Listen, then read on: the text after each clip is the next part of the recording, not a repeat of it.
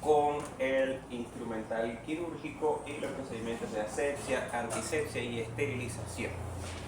Primero que todo quisiera que habláramos sobre algunos conceptos. Conceptos son los siguientes.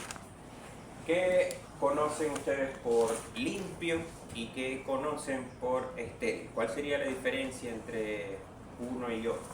¿Alguien que pueda ir?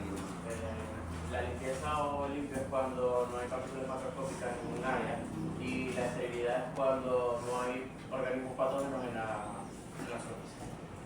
Perfecto. Básicamente nada más que agregar. Cuando algo está limpio, digamos que se reduce la carga de microorganismos patógenos, pero no necesariamente se han eliminado por completo. Cuando algo ya está estéril, pues ya se han eliminado los microorganismos.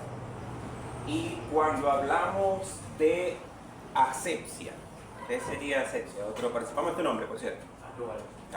Cuando hablamos de asepsia, ¿cómo es el término de asepsia? ¿No?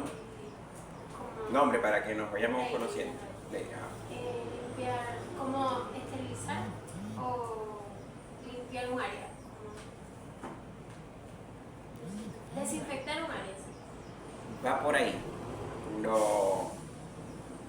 No va como, no es tanto como la acción de, sino como mantener esa área limpia o libre de patógenos. También hay otro concepto que se llama técnica aséptica, que se refiere a todas las cosas que nosotros debemos hacer, en este caso en el área quirúrgica, para permitir que todo se mantenga estéril o limpio según sea el caso. Y la antisepsia ya viene siendo el tratamiento que nosotros hacemos al paciente para disminuir esa carga de patógenos que puede estar en el área que nosotros vamos a operar, o sea, en lo que viene siendo el área quirúrgica. Entonces, cuando hablamos de antisepsia o de un antiséptico, nos referimos antiséptico a ese producto químico o ese fármaco que nosotros aplicamos al paciente. Cuando hablamos de un desinfectante o un limpiador, ya eso nosotros vamos a utilizar en materiales inertes, mesa, muebles, lo que viene siendo quizá lencería, pero cuando hablamos de antiséptico nos referimos al paciente, al animal vivo, al individuo. Y la antisepsia a el procedimiento de disminuir esa carga de microorganismos patógenos en el área quirúrgica. Cuando hablamos ya de técnica aséptica, que es lo que me refería a mantener ese ambiente quirúrgico limpio o lo que esté estéril, que se mantenga estéril, debemos considerar distintas fuentes de contaminación. Como nosotros estamos en un quirófano, van a haber diversas fuentes de contaminación, elementos que pueden hacer que nuestra área que está estéril se pueda volver a contaminar con bacterias. Esto puede ser el paciente y su microbiota, tanto endógena como exógena. Obviamente un paciente que va a quirófano no lo podemos esterilizar por completo, simplemente vamos a desinfectar el área que va a ser el área quirúrgica, pero igual en la saliva, en el pelo, en las orejas. Si hace pupú, si orina, allí puede haber bacterias que pueden contaminar el quirófano.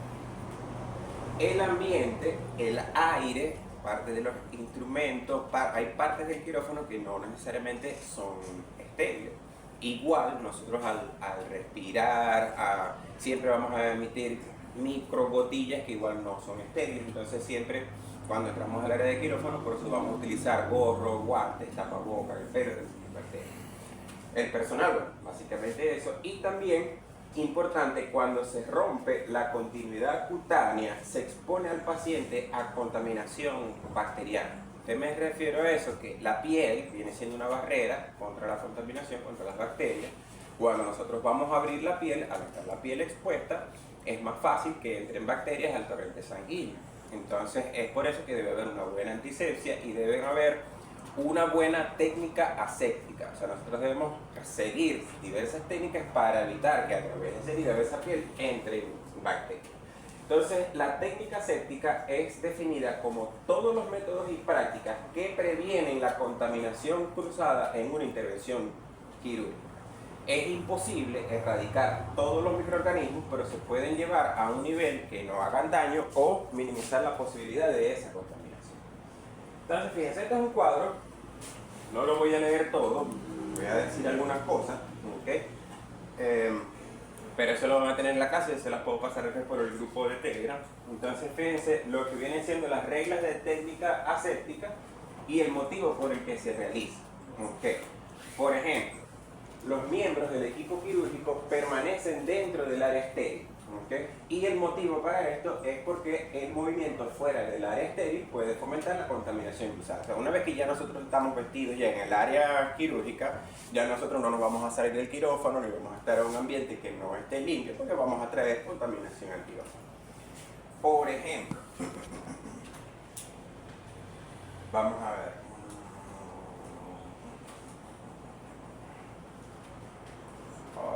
Hay una parte. Okay. El movimiento en el quirófano se mantiene al mínimo por todo el personal. Solo el personal necesario debe ingresar al área de operación. Esto es importante.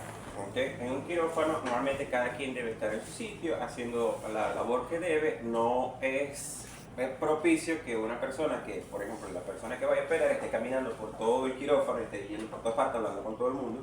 Pues el movimiento en el quirófano puede motivar un flujo de aire turbulento y redundar en la contaminación cruzada. O sea, ahí va a haber en el aire contaminantes que los puede llevar a la ropa, los puede llevar al sitio y no es necesario. Otra cosa, fíjense, por ejemplo, las mesas estériles solo son estériles a su altura.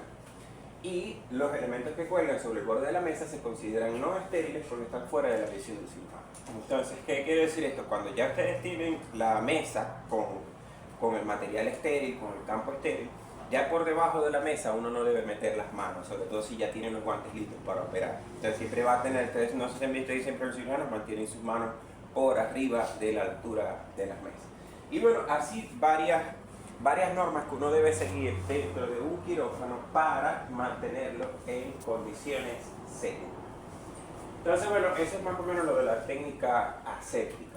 Vamos a hablar ahora de lo que viene siendo la preparación del instrumental. Así como todo el quirófano debe estar limpio, nosotros vamos a utilizar un instrumental y una lencería. Cuando me refiero a la lencería me refiero a las telas, los campos de tela con los que cubrimos al paciente para evitar que haya contaminación. Todo eso debe estar esterilizado. ¿Okay? Y todo ese instrumental también se debe preparar para esterilizar. Ahora, ¿cómo hacemos la preparación del instrumental? ¿Okay? Primero, este instrumental, si ya fue utilizado en una cirugía, se debe limpiar. ¿Okay? Se debe hacer un lavado primero. ¿Okay? Este lavado lo podemos hacer manualmente, eliminando residuos con un simple cepillo, lavándolo. O sea, un lavado, digamos, bastante exhaustivo, no es como lavar un plato, debe ser un lavado bastante minucioso, donde se retire cualquier resto de sangre, cualquier residuo que haya quedado de una cirugía anterior se debe eliminar. También hay equipos especiales como la lavadora esterilizadora o limpiadora ultrasónica, donde ahí simplemente, por ejemplo, en este material, aquí se coloca el instrumental, se coloca, se le pone un tiempo y el equipo ya lo lava. Sin embargo, incluso hasta ahora las mejores limpiadoras se habla que pueden ir hasta un 90% de la suciedad. O sea, siempre pueden haber residuos entre las pequeñas grietas que pueden tener los materiales donde uno debe manualmente eliminar cualquier suciedad. Entonces siempre hay que revisarlo. Ahora nos vamos a la esterilización. Hay varios métodos de esterilización. ¿Okay? La esterilización, ¿qué sería? Cuando hablamos de un instrumental quirúrgico, una lencería. ¿Qué sería esterilización? Voluntario, ciudadano. ¿Alguien quiere participar? Todos los patrones que quedan en el equipo de... No, el instrumental. Ya le digo. ¿Cómo es su nombre? Edín. ¿Cómo? Edín Parra. Edín Parra. Entonces, bueno, para la esterilización también tenemos varios métodos. ¿Okay? Hay muchos. Aquí les estoy mencionando tres, los principales. ¿Okay? Existe la esterilización química. que se hace con un químico que se llama óxido de etileno. Esta esterilización química se hace más que todo a nivel industrial, con unas máquinas grandísimas. Si ustedes se fijan, los insumos que nosotros utilizamos en cirugía, los guantes, las jeringas, por ahí chiquitico dice esterilizado con óxido de etileno. Eso es más que todo a nivel industrial. Pero para que sepan que muchos de los insumos que usamos son pasados por este método de esterilización. Los que nosotros normalmente realizamos son la esterilización al vapor, ¿okay? No es un método que utiliza presión de vapor para eliminar todos los patógenos, o la esterilización en frío, que consiste en sumergir el material en líquido que van a eliminar esos patógenos. Bueno, estas son unas máquinas de esterilización química. Hay un método instrumental, pasa también por una serie de gases y químicos que los van a esterilizar y bueno, pasa la... Y esta es la esterilización al vapor. Esta máquina, que parece aquí una olla de presión, se llama autoclave. ¿Okay? Esta máquina tal cual funciona como una olla de presión. Aquí tienen otro modelo y aquí ven que tiene unas bandejas. ¿Okay? Sobre estas bandejas que ven aquí se coloca el instrumental. ¿Okay? Y por debajo tiene una parte donde se llena de agua. Generalmente debe ser agua destilada. Ahí hay una marca hasta donde se llena de agua. ¿Okay? Y luego se enciende esta máquina y dependiendo del tiempo con el que trabaje, hay unas que esterilizan en 2 horas, otras que esterilizan en media hora, otras que tienen un tiempo diferente si lo que se va a esterilizar es instrumental o es la lencería. Entonces, si yo voy a esterilizar unos campos de tela, lleva menos tiempo que si voy a esterilizar un material quirúrgico. Todo es relativamente sencillo de usar. Se le coloca el tiempo y esa máquina con el agua que tiene ahí va a generar un vapor y va a generar un gradiente de presión muy fuerte que prácticamente va a destruir todos los mecanismos, los microorganismos patógenos. Y además de esa presión que se genera, también se genera calor. Y la temperatura también ayuda a matar los patógenos. Ahora, todo material que se va a introducir al autoclave, ¿okay? Este es un instrumental quirúrgico. Primero, después de lavar, de limpiar, si vamos a usar la lavadora ultrasónica o lo vamos a hacer manual, después de la limpieza, se seca y se van a envolver en un campo. ¿Okay? El campo no va a estar estéril, pero lo vamos a esterilizar. Se va a envolver en un campo. Aquí está el instrumental. Y luego lo podemos envolver en este tipo de papel que se llama papel craft. ¿Okay? Esto ayuda a proteger el instrumental del daño que le puede causar la presión. Este papel, ¿okay? Envolvemos el instrumental y si pueden ver acá tiene una cinta. ¿Ya ven? Esta cinta tiene una rayita negra. ¿Okay? Esta especie de tirro que ven aquí se llama cinta testigo. ¿Okay? Y tiene la particularidad de que tiene unas líneas blancas, pero cuando la llevamos a una temperatura o una presión específica cambia de color y estas tiras blancas se tiñen de color negro.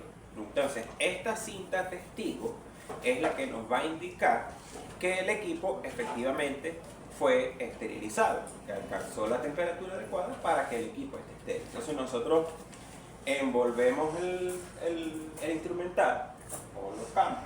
Si son campos no va a haber que envolverlo porque ya el campo es de tela.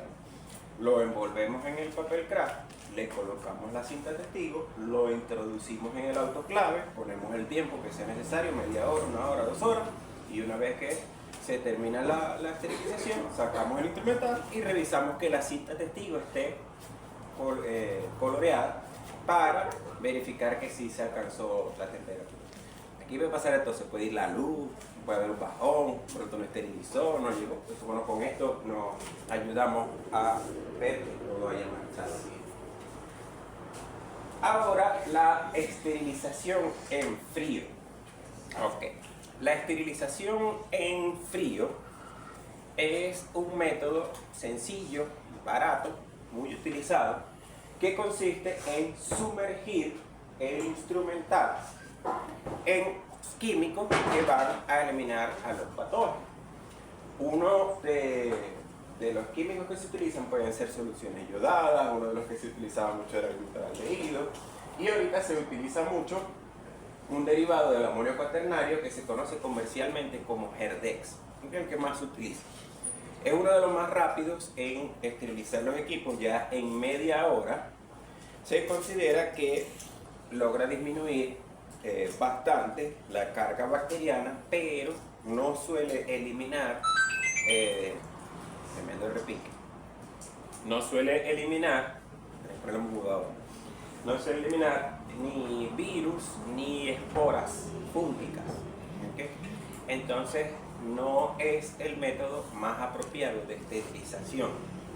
Y no es el más apropiado, sobre todo si vamos a utilizar los equipos en cavidades. Entonces, por lo menos para una cirugía mayor, como una ovariohisterectomía en una hembra, quizás la esterilización en frío no sea el método más seguro. Y esto se lo digo porque prácticamente este es el método que utilizan en la gran mayoría de las formas de esterilización. Entonces, deben tener cuidado con eso. De hecho, no me lo han contado, yo lo he visto. A veces colocan en un solo equipo, en un recipiente con Herdex, y con ese mismo equipo esterilizan 40 gatos. ¿Okay? Esas no son técnicas asépticas. ¿Okay? Entonces, hay que tener cuidado con lo que hacemos como médicos veterinarios. Deben ser buenas prácticas, sobre todo en la parte quirúrgica. Entonces, este método de esterilización puede servir para cirugía menor, una herida, incluso hasta una castración en un macho se pudiera utilizar. Pero ya cuando se trata de cirugía mayor, cavidades, no es el método más seguro. Deberíamos utilizar la esterilización al vapor. Hay otros métodos de esterilización, hay estufas que esterilizan por calor, hay esterilización por radiación, la radiación es un poco más costosa. Las estufas las utilizan mucho los odontólogos. Es un método bueno. Vamos a hablar ahora de la preparación del paciente y del cirujano previo a la cirugía. La preparación del paciente puede comenzar días antes o minutos antes de la cirugía, ya dependiendo si es una emergencia, si es algo electivo, si es algo preparado. Pero siempre que vamos a hacer una cirugía electiva, el paciente debe tener unos estudios previos. Generalmente, cuando vamos a hacer cirugía aquí, pedimos por lo menos una hematología completa, verificar que el paciente no tiene anemia, que están bien sus plaquetas, que no tiene alguna infección, que está clínicamente sano. ¿Okay? Es el mínimo que nosotros pedimos acá. También debe estar en ayunas, por lo menos 12 horas de ayunas, lo que normalmente se pide. Entonces, si vamos a operar a las 8 de la mañana, desde la noche anterior no debe tomar ni agua ni comida ese paciente. El paciente idealmente se debe preparar en un área externa al quirófano, porque en la preparación nosotros vamos a lavarlo, vamos a afeitarlo, vamos a colocar la preanestesia, vamos a colocar una vía, vamos a hacer una serie de cosas que pueden contaminar el área quirúrgica. Nosotros tenemos un área de grandes animales donde no tenemos como tal un área de prequirófano, pero siempre procuramos hacer todo lo que es el procedimiento de preparación del paciente en una mesa, y luego en una mesa que está intacta pasamos al paciente ya cuando está preparado. Y luego vamos a colocar en la otra mesa los instrumentos y estéril, con campo estéril, todo preparado, todo esterilizado. En el quirófano se realiza la antisepsia con distintas soluciones antisépticas, puede ser clorexidina, puede ser yodo. Generalmente utilizamos yodo y Herdex, que es una solución yodada. Y se debe garantizar un tiempo de contacto mayor a 5 minutos. Eso es importante. Cuando nosotros ya tenemos al paciente anestesiado, lo vamos a colocar en la mesa, va a estar amarrado, y vamos a colocar una solución antiséptica que debemos dejar actuar por unos 5 minutos antes de quitarlo. ¿Okay? Eso ya lo vamos a ver un poquito más adelante. Cuando vamos a prepararnos nosotros, ¿okay? Ya vamos volviendo al paciente un ratito, después volvemos al paciente, pero vamos a prepararnos nosotros. ¿Okay? Nosotros, cuando vamos a prepararnos para una cirugía, toda cirugía debemos llevar una vestimenta quirúrgica. ¿Okay? Esa vestimenta quirúrgica con el gorro, el tapabocas, y dependiendo si lo tenemos disponibles, unas botas quirúrgicas que protegen también los zapatos. ¿Okay? Y vamos a proceder a lavarnos las manos, a hacernos un lavado de manos. ¿Okay? el lavado quirúrgico de las manos se realiza con un cepillo y jabón. ¿Okay? Puede ser también un jabón yodado, que tiene una mejor función antiséptica. Y debemos luego, ¿está el jaboncito por aquí? La cepilla. Bueno, yo que estaban en una foto. Nosotros utilizamos en el quirófano unas esponjas quirúrgicas. ¿Okay? Son una especie de esponja, no sé si ustedes las habrán visto. Vamos a suponer que esta es una esponja, tiene una parte de esponja por este lado y por el otro lado tiene un cepillado. ¿Okay? El cepillado quirúrgico de las manos tiene un método, o sea, no es que simplemente nos cepillamos y como si nos fuéramos a lavar las manos antes de comer y ya.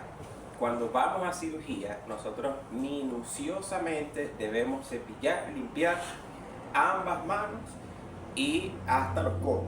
¿Okay? Y eso lleva un método. Vamos a ver más adelante. Ok, bueno, estos son algunos de los jabones antimicrobianos que se utilizan para lavar. Eso los voy a pasar. Fíjense. Esto que ven aquí es una descripción de cómo se realiza el cepillado quirúrgico de las manos, o el lavado de las manos. ¿Okay? Acá les he hablado de un método anatómico cronometrado, donde en cada parte de la mano vamos a dedicar tantos minutos. Hay otro método que es el recuento de cepillados, donde recomienda, por ejemplo, aplicar 30 cepilladas en cada sitio donde nos vamos a cepillar. ¿Okay?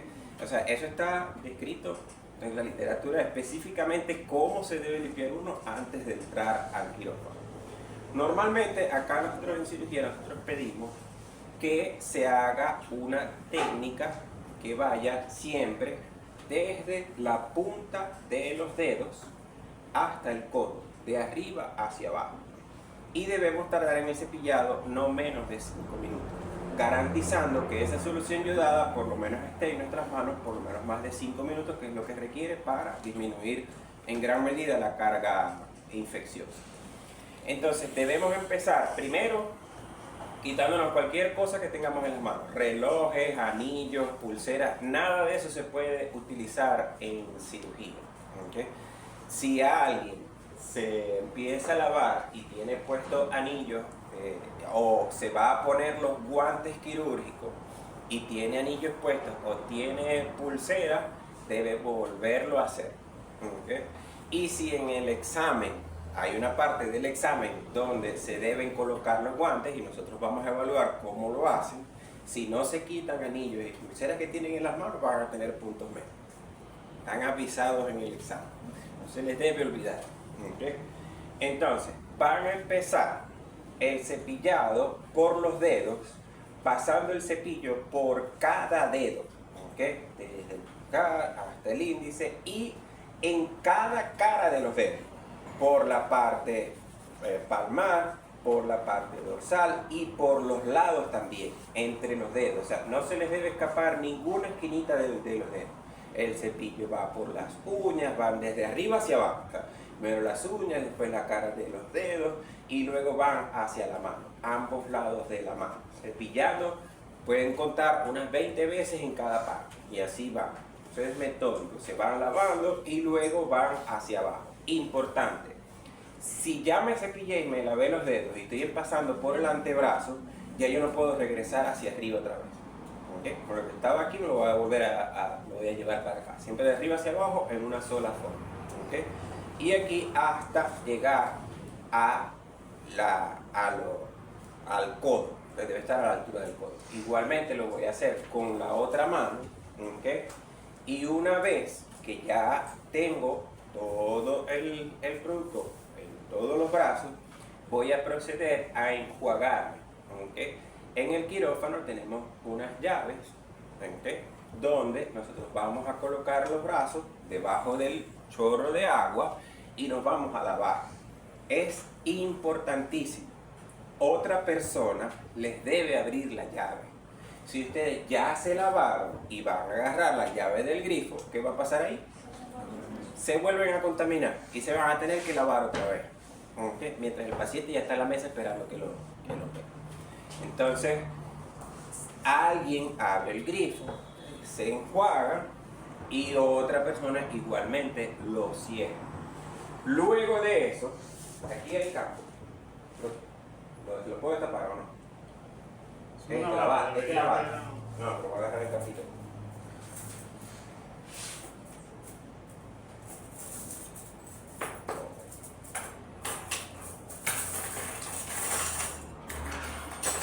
Luego de eso, se deben secar. ¿Okay? Para que se sequen, ustedes van a tener un campo estéril. ¿Okay? Ese campo, esto se llama campo, no le decimos trapo ni nada, es un campo quirúrgico. Deben ir acostumbrándose a llamar las cosas por el nombre que debe ser. Va a venir empacado de esta manera. ¿Okay? Entonces, cuando ustedes se van a ir a secar, esto por fuera no está estéril. Entonces, si ya se lavaron y ya se enjuagaron, esto no lo pueden abrir ustedes. Otra persona se los debe abrir. O incluso, antes de irse a lavar, lo pueden destapar y lo dejan abierto para que cuando ya se hayan enjuagado, vayan a agarrar el campo. Pero es importante, una vez que ya ustedes se han lavado, no deben estar tocando absolutamente nada que no esté esterilizado. Y eso no lo deben tocar incluso hasta tanto no se hayan puesto los guantes. Entonces se van a secar. Igualmente, este es el campo con el que se van a secar. Lo van a tomar por una esquina, ¿okay? Y con una mano van a tocar una cara del campo. O sea, deben evitar hacer esto. O sea, traten de agarrarlo únicamente por una de las caras, ¿okay? Y se van a secar la otra mano utilizando la cara que no estoy tocando. ¿Entendido? ¿Okay? Igualmente van por los dedos, desde arriba, cada dedo, luego la mano, luego hasta abajo, ¿okay?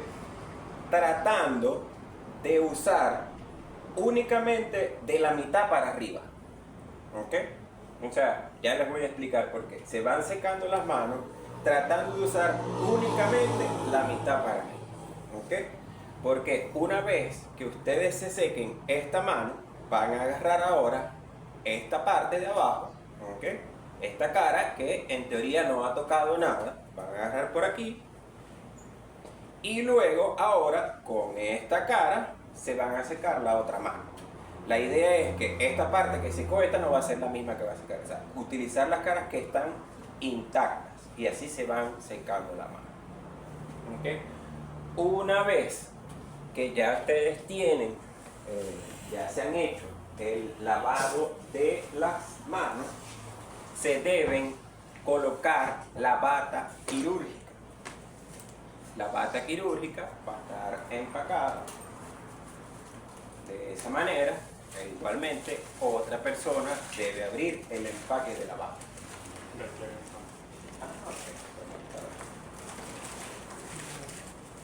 Bueno, aquí estaba el campo, pero ya lo hice con la bata. Okay. Importante. Cuando ustedes van a agarrar la bata quirúrgica, ¿okay? Ustedes van a poder visualizar que la bata tiene unas pequeñas tiras por donde la pueden agarrar, ¿okay? O hay que tratar de visualizar lo que sería la parte interna de la bata, solo que va a ir por dentro. O sea, no agarrar con las manos lo que va a quedar por fuera, sino por la parte interna. Acá, como esta es una bata de tela de un solo color, es como más difícil ver, pero las que son desechables, la bata quirúrgica es un poquito más sencillo. Ustedes sacan la bata, ¿okay? Y simplemente la dejan caer. No deben hacer esto, no van a sacudir la bata ni nada, no. Lo deben manejar con delicadeza. Y van a tratar de ubicar la parte interna de la bata, que es esta, ¿okay? Ahí pueden ver dónde se van a colocar los brazos. Por la parte interna de la bata yo la puedo agarrar mucho mejor. Y voy a introducir los brazos en la bata y un ayudante va a agarrar esos cordones que tiene allí y me va a ayudar a amarrarla. Yo no voy a llevar las manos hacia atrás, yo siempre debo tener las manos hacia arriba, hacia adelante. ¿Okay? Y luego aquí en esta parte también la pasa por la cintura.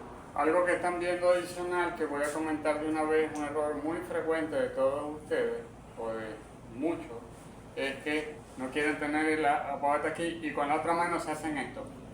Ajá. te están tocando la bata. Eso no lo pueden hacer. La bata no se va a tocar hasta que no tengan los guantes puestos.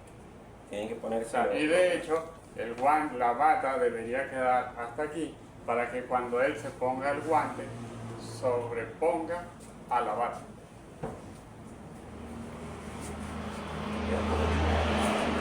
No encontré, de hecho, estaba buscando la mía. Entonces, igualmente van a tener la mano hacia pegado. Algunos tiempos que suele traer a un guante quirúrgico, yo creo que esto también. Ok. Si quieren se pueden levantar para que se acerquen a esta área de la. Ok. Vamos a coger la colocación de los guantes quirúrgicos. Los guantes tienen una pestaña por donde se pueden abrir. Una persona los debe abrir por ustedes y los van a colocar. Ya por dentro esto sí está estéril y yo lo puedo manipular con mucho cuidado. Así. De todas maneras, para las próximas semanas ustedes tienen que traer sus guantes estériles y nosotros vamos a supervisar y le vamos a verificar cómo se ponen y verificar que se los pongan de la forma adecuada. Ok. Una manera de digamos, aprender cómo colocarse los guantes correctamente es ver que la mayoría de los guantes tienen una parte interior que está entalcada, o sea, tiene un polvo, ¿okay? y otra, la parte externa que no está entalcada. Entonces una manera de recordarse o de aprender la manera más correcta de ponerse los guantes es tratar de evitar que lo que haya estado en contacto con la parte entalcada esté en contacto con lo que no estaba entalcado. ¿Okay? Hay algunos guantes que vienen sin talco, pero vamos a hablar de la parte interna o la parte externa. Entonces, nosotros vamos a tener de este lado el guante derecho y de este lado el guante izquierdo. Y si se fijan, aquí pueden ver por encima el pulgar y aquí están los 4 dedos. Entonces, la forma correcta de colocarse el guante es introduciendo la mano hacia arriba, con la palma hacia arriba. ¿Okay? Este viene siendo el guante derecho. Yo soy derecho, entonces me es más cómodo ponerme ese guante primero. Pero si son zurdos, pueden comenzar por el otro guante. Entonces, con esta mano, yo voy a agarrar únicamente la cara interna del guante o la parte que estaría entalcada por aquí, que la van a tener por acá. Todo lo que viene de aquí hacia abajo es la cara interna del guante. ¿Okay? Yo lo puedo agarrar por aquí. Lo que no puedo hacer es agarrar los dedos. Si yo toco esta parte de arriba, que viene siendo la cara externa del guante, ya estaría contaminado. Entonces voy a abrirlo por acá e introduzco la mano de esta manera. Estos guantes están pegadísimos. Por eso digo, la semana que Vamos viene. si no repetimos esta parte de la clase, pero estos guantes Y están vamos a repetir la parte de súper pegados. Entonces voy a tratar de colocarme los guantes sin tocar la parte externa, pero ya se rompió. Ok. Sin tocar la parte externa me coloco los guantes. Vamos a suponer que no están grabando y que no se colocan los guantes. Okay. Si yo logro ponerme los guantes, si al ponerme los guantes de pronto un dedo no me queda donde va, déjenlo así. Y pasen a colocarse el siguiente guante. ¿Okay? Ahora, en esta mano que ya tengo ya enguantada, supuestamente, ¿okay? Creo que van a tener unos guantes nuevos y lo vuelvo a hacer. Okay. En esta parte que yo tengo ya enguantada, con esta mano que ya tiene el guante estéril puesto, ya yo puedo tocar la parte externa del otro. O sea, ya, más bien, con esta parte externa, ya yo no debería tocar la parte interna. Porque está entalcada, voy a llenar de talco la parte de afuera. Entonces, bueno, entonces ahora con esta mano, igual vuelvo a abrir el guante. Y la parte entalcada yo la voy a meter por debajo de esto. ¿Ven? Ya aquí estoy agarrando la parte externa. ¿Se entiende eso? ¿Tiene alguna duda? ¿Okay? Puedo introducir los dedos aquí y con esta parte me ayudo a colocar el siguiente guante. Este sí funciona mejor, no está pegado.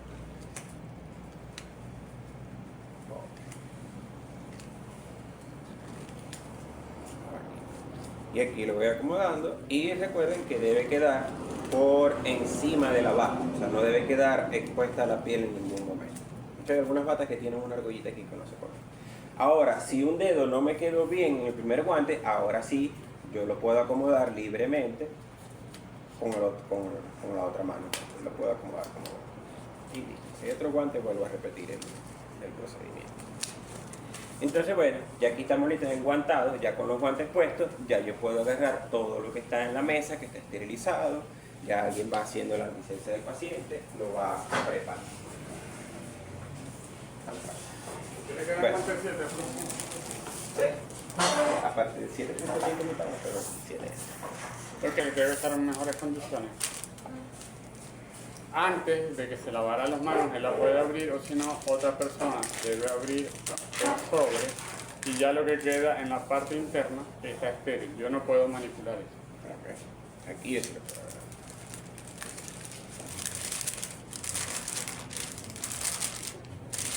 Fíjense, con esto sí debería servir. Agarro la parte interna y coloco la mano de esta manera. Así que ya este guante es un poquito más pequeño. Ahí quedó. Solamente agarrando la parte interna. No debo tocar la parte de afuera de la mano. Y también debo evitar tocar la bata. Ahí lo tengo, pero fíjense que el guante es un poco pequeño y no entró bien. Pero no me voy a apresurar. Voy a ponerme el otro guante. Paso los dedos por aquí.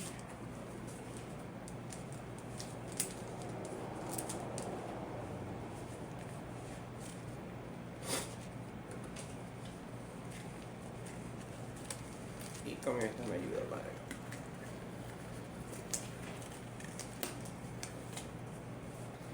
Y ya, al estar enguantado, ya me puedo acomodar los dedos con mayor libertad. Saben que este guante es un poquito más pequeño de mi talla, pero ahí sí funciona. Igualmente los guantes deben buscar ustedes un De su tamaño talla. adecuado a su mano. Un guante tampoco es que debe quedar grande, porque es incómodo para trabajar, la aguja rompe fácilmente el guante. Y cuando son pequeños también se les cansan las manos incluso.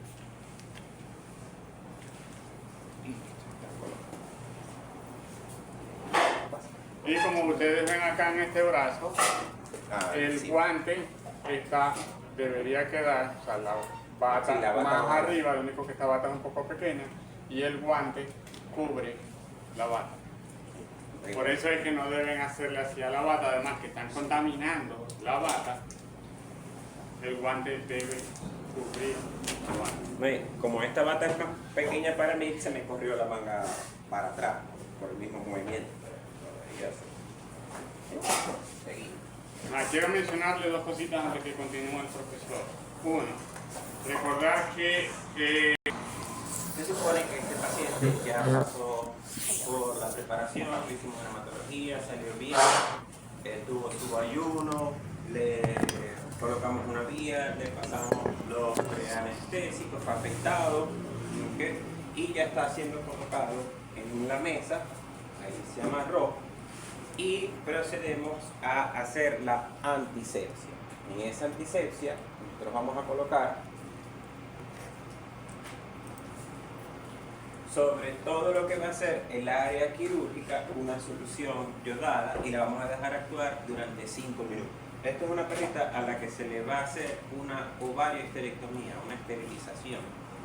Entonces vamos a imaginar nosotros que estamos en ese acto quirúrgico para ir repasando poco a poco los instrumentos quirúrgicos.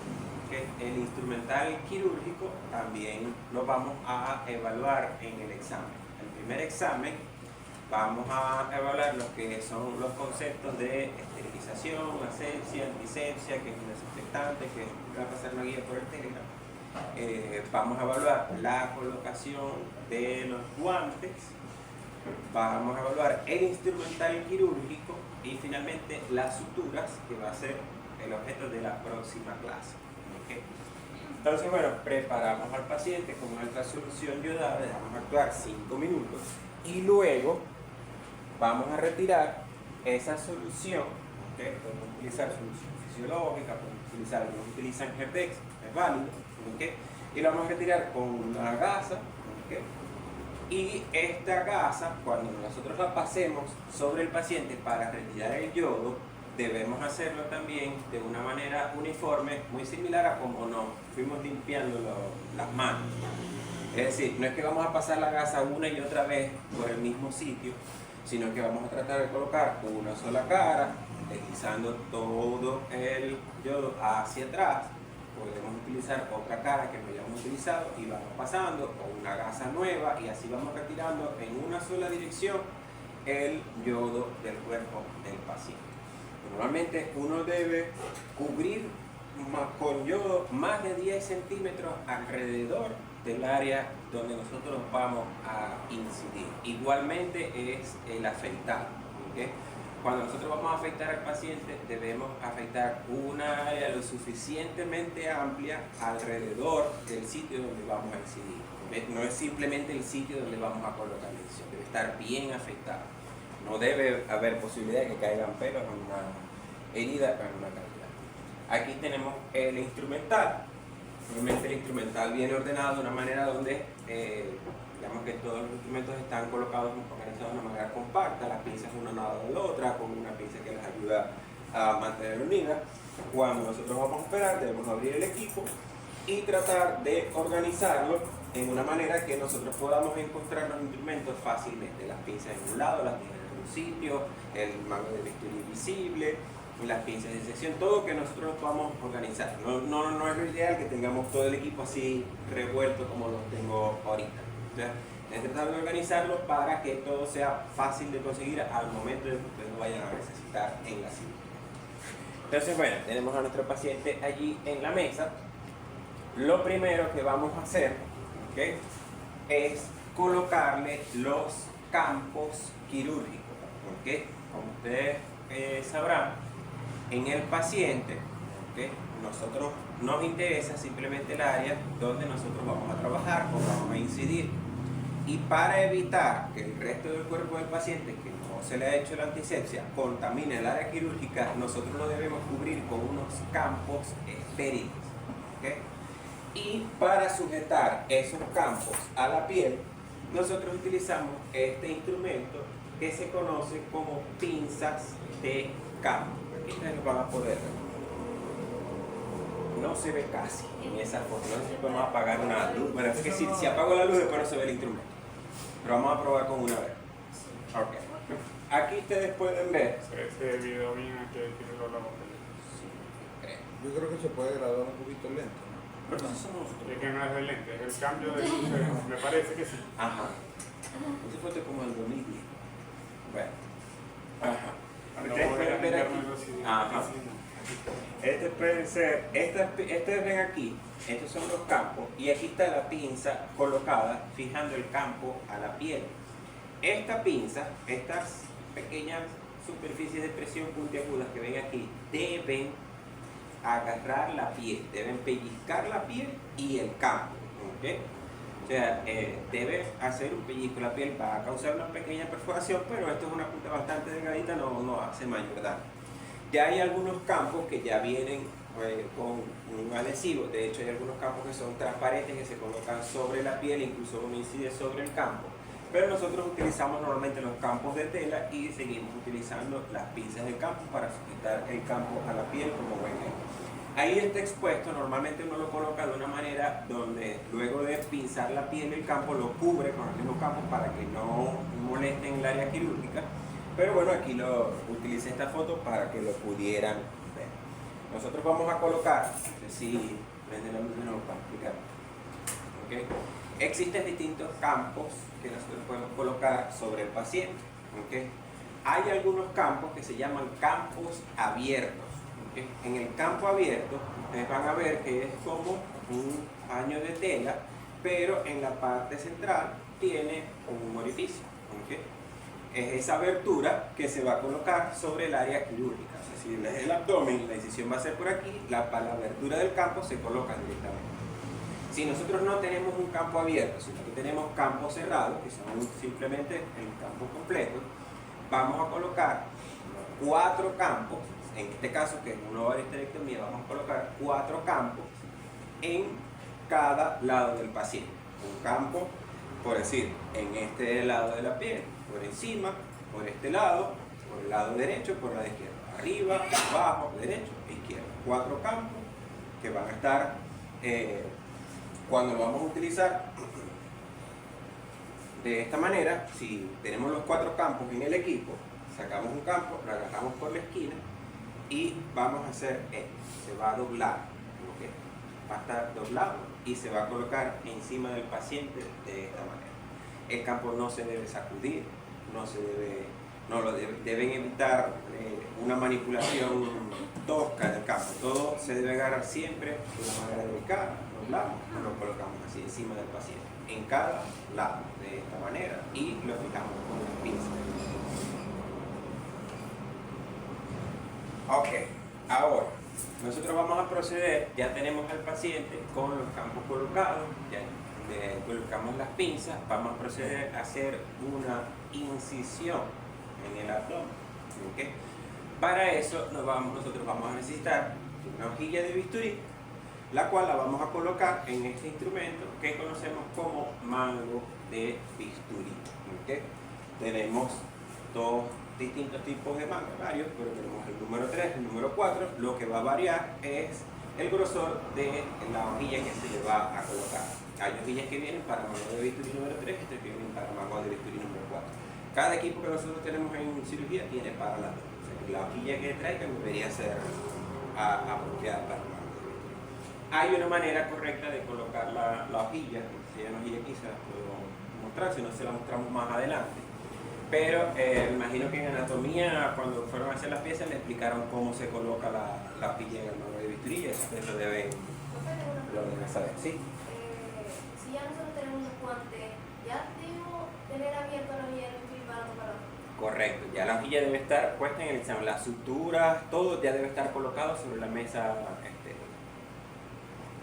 Si destapas la hojilla, tienes que volver todo, hacer todo. O el asistente es el que se encarga. Hay un asistente que se encarga de eso. O sea, cuando nosotros vamos a operar, va a haber alguien que se va a encargar de los instrumentos, alguien que se va a encargar de la anestesia del paciente y va a haber un cirujano o un ayudante. Se piden grupos de mínimo 4 personas. De hecho, un error muy frecuente es que necesitan una sutura y llega el asistente y le entrega el sobre y este lo agarra. Contaminó los guantes, ya no puede seguir. Tiene que cambiarse los guantes. Okay. Y algo que vale con lo que usted está preguntando y está comentando el profesor, es que aunque en la primera práctica se va a evaluar asepsia, antisepsia, preparación de cirujano, paciente, etc. Llegamos a la última práctica y usted tiene que saber colocarse los guantes, tiene que saber hacer los suturas, tiene que saber todo. ¿Okay? El semestre pasado hice que un estudiante se cambiara 4 pares de guantes. Solamente poniendo. Pónganse los guantes, los contaminó, no sirve, se los quita y para los papeles. Profe, ¿se lo pone bien o no puede operar? Así se ha evaluado en el primer examen, debe saber hacerlo al momento que, así sea la práctica 5 o la práctica 6. Y aquí no es algo como que, ya pasé el examen, ya me puedo olvidar de eso. Ya a partir de ahora te lo van a usar el resto de su vida si se... Yo le doy anestesia en la primera teoría, el primer examen teórico, la tercera práctica es estrategias anestésicas y llegan a la práctica 6, yo no sé anestesiar. Ajá. Era la primera práctica, ya se evaluó, pero es necesario anestesiar al paciente para poder hacer procedimiento quirúrgico. Aunque no se evalúa directamente, es necesario saberlo. Bueno, sí. Ya aquí, esta es la piel del paciente, se fijan en un campo alrededor del paciente y aquí está la incisión, ¿okay? Trozo. Vamos a proceder ahora a remover un poco esta grasa que está aquí, a separar la grasa de la parte muscular para poder visualizar la línea media donde nosotros vamos a hacer la incisión que nos va a permitir ingresar a la cavidad. Ahora, para poder sujetar la piel, ¿okay? Yo puedo utilizar estos instrumentos que están aquí, que son las pinzas de disección. ¿Okay? Las pinzas de disección pueden venir de dos maneras. pueden venir de esta forma, con una superficie de presión, roma, lisa, con esta superficie corrugada. Estas son las pinzas de disección atraumáticas. ¿Okay? Y estas pinzas que ven acá, que tienen esta especie de dentadura en la superficie de presión, ¿okay? Estas son las pinzas de disección, diente de ratón o pinzas de disección traumática. Esta les puede ayudar a sujetar piel o tejidos más duros, mientras que esta es un poco más delicada con los tejidos, es menos traumática, dependiendo de que vamos a sujetar, la podemos utilizar. Luego, nosotros para separar ese tejido conectivo, ese tejido subcutáneo, la grasa, que vamos a tratar de separar del músculo para ver la línea media, vamos a utilizar unas tijeras, ¿okay? Que se conocen como tijeras de Metzenbaum. ¿Okay? Estas tijeras tienen una superficie de corte más delicada, más pequeña, y les van a poder diferenciar del otro tipo de tijeras porque la superficie de agarre, la parte de agarre, lo que vienen siendo las patas de las tijeras, son bastante más largas, ¿okay? Que en las tijeras de Mayo, que son estas que ven acá. ¿Okay? Con las tijeras de Metzenbaum, nosotros podemos hacer un procedimiento que lo vamos a ir describiendo más adelante, que se llama divulsión, que consiste en separar los tejidos de esta manera, introduciendo la tijera cerrada y la abrimos para ir separando los tejidos, divulsionando para poder visualizarlo. Ahora, las tijeras de Mayo, ¿okay? Estas las utilizamos para cortar tejidos que son más duros, ¿okay? Mientras que las de Metzenbaum se utilizan para manipular tejidos más delicados. Las vamos a diferenciar, la superficie de corte, aquí en este caso que es más gruesa, las patas de la tijera, por así decirlo, van a ser más o menos de la misma distancia que la parte cortante. ¿Okay? Y también debemos tener en cuenta que las tijeras pueden ser rectas o pueden ser curvas. Ustedes van a observar aquí, esta es una tijera recta y este que ven acá es una tijera curva. ¿La ven? Entonces, cuando llegue la hora del examen, ¿okay? Es importante que identifiquen los instrumentos con todos sus nombres y apellidos. ¿Okay? Entonces, si yo les muestro esta tijera, usted debe decir, esta es una tijera de Metzenbaum curva. Y yo le digo, lleguen el nombre completo porque a veces no les entrega el material. Les pone la tijera y dicen, ¿qué es esto? Y te dicen, Mayo. No te dicen más nada. Entonces ahí está mal. Esta vendría siendo una tijera de Mayo. Si les muestro entonces esta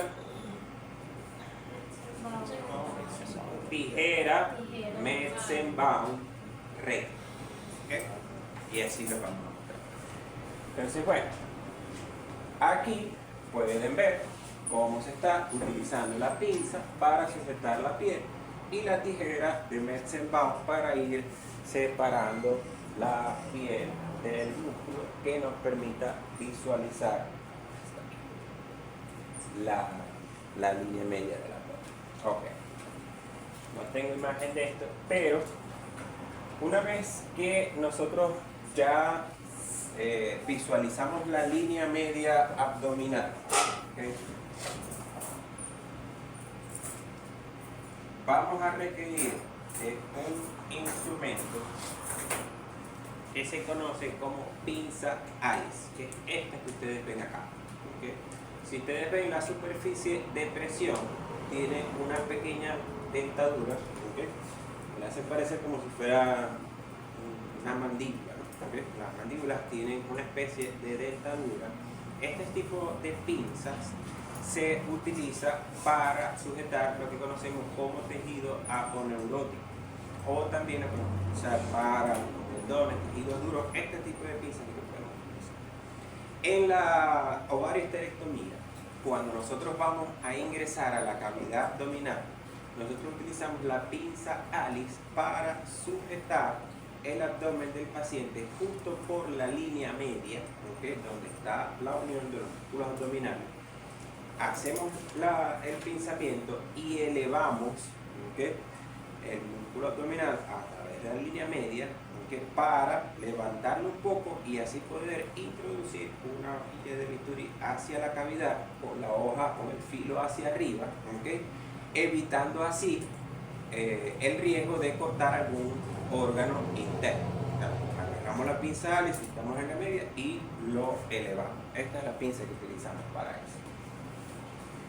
Luego de esto, ya nosotros estamos en la cavidad, por lo que estamos haciendo una ovarioesterectomía, ¿ok? Vamos a necesitar ligar unos vasos sanguíneos, las arterias ováricas que están unidos al ovario, para poder retirar el útero y los ovarios, que es lo que hacemos en la ovarioesterectomía. Para poder hacer esas ligaduras, nosotros vamos a tener que hacer un pinzamiento de los vasos sanguíneos. Y para hacer esto, nosotros utilizamos una especie de pinzas que conocemos como pinzas hemostáticas, que se llaman hemostáticas precisamente porque detienen el umbral. Las pinzas hemostáticas pueden ser de varios tipos. Me las voy a ir pasando para que las puedan ver de cerca.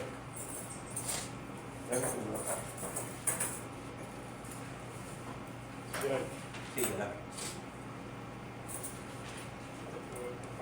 No veía las mascarillas.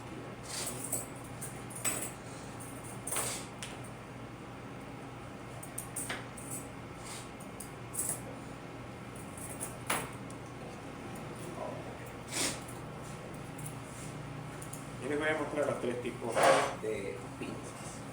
Okay. Primero, van a tener unas pinzas que son más pequeñas que las demás y que tienen una superficie de presión un poco más delgada. Estas son las pinzas mosquito. Las pinzas mosquito se utilizan generalmente para pinzar vasos sanguíneos pequeños o puntos de hemorragia pequeños. Para vasos más grandes, nosotros solemos utilizar las pinzas Kelly o las pinzas de Cray, lo pueden pronunciar Krille si así lo desean. ¿Okay? Las pinzas de Kelly y las pinzas de Krille son muy parecidas. ¿Okay? Lo que nos va a diferenciar es la superficie de presión que ustedes van a ver aquí. Si se fijan en las pinzas Kelly, se ve desde allí, la superficie de presión es corrugada hasta la mitad de la superficie de presión y luego es lisa. ¿Lo ven? Aquí lo pueden ver en la imagen. Tiene esta dentadura hasta la mitad, hasta un poco más de la mitad y luego es lisa. Esa es en la pinza Kelly. En cambio, en las pinzas Krille, esta dentadura está en toda la superficie de presión de la pinza. Se las voy a ir a pasar rápidamente para que las puedan ver de cerca. Se aseguran de que regresen acá las tres pinzas. Las pueden abrir para que las vean. Para poder abrir las pinzas, deben presionar primero hacia adentro. Ahora, las pinzas, ¿okay?, también pueden ser rectas y curvas. Tanto las mosquitos como las Kelly como las Krille. Entonces, a la hora del examen, deben decir los nombres de las pinzas con todos sus nombres y apellidos.